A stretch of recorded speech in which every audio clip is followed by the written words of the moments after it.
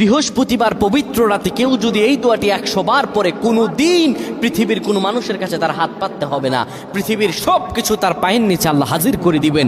দারিদ্রতা থেকে মুক্তি দান করবেন, বিপদ আপদ থেকে মুক্তি দান করবেন, তার সম্মানকে সুউচ্চতা দান করবেন, অসুস্থতা থেকে দূরে রাখবেন, আল্লাহর অশেষ দয়া ও রহম তাকে দান করে দিবেন। সুবহানাল্লাহ।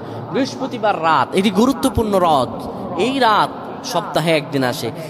আরবিতে রাত আগে আসে, দিন পরে আসে। সুতরাং বৃহস্পতিবারের যে দিন গিয়ে রাত, এটি বৃহস্পতিবার রাত নয়, এটি শুক্রবারের রাত, এটি জুমাবারের রাত, এটি দোয়া কবুলের রাত, আল্লাহর কাছাকাছি হওয়ার রাত। সুবহানাল্লাহ।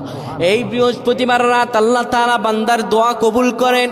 কেউ যদি বৃহস্পতিবার রাতে ঈশা নামাজের পরে পবিত্র হয়ে ইয়া হাইয়ু ইয়া হাইয়ু ইয়া হাইয়ু ইয়া রফিয়ু ইয়া রফিয়ু ইয়া রফিয়ু এই দোয়াগুলো পড়তে পারে 100 বার, আল্লাহ রাব্বুল আলামিন তার মর্যাদা বৃদ্ধি করে দিবেন।